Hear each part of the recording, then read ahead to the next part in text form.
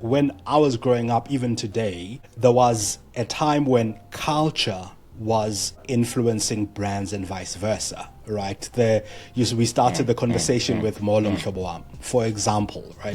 That was a moment in time in South Africa when all the signs and culture were pointing towards looking for more cohesiveness, looking for more connectedness. So you could almost say the one influenced the other and vice versa.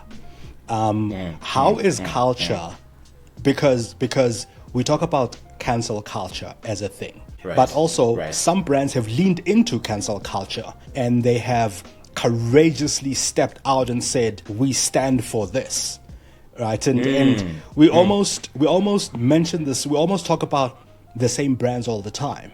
I mean, a good example is Nike. Like, I keep thinking Nike when you mention this, right?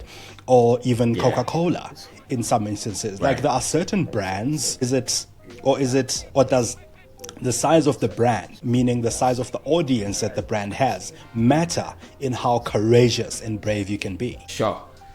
That's a brilliant question.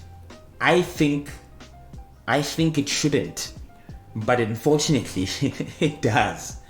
But I think it shouldn't. I think it's principally incorrect that it does. But it shouldn't. And the reason that it does is because the people who make the decisions, who sign off on, the marketing budgets, they are much more risk averse than the people who come up with the concepts themselves.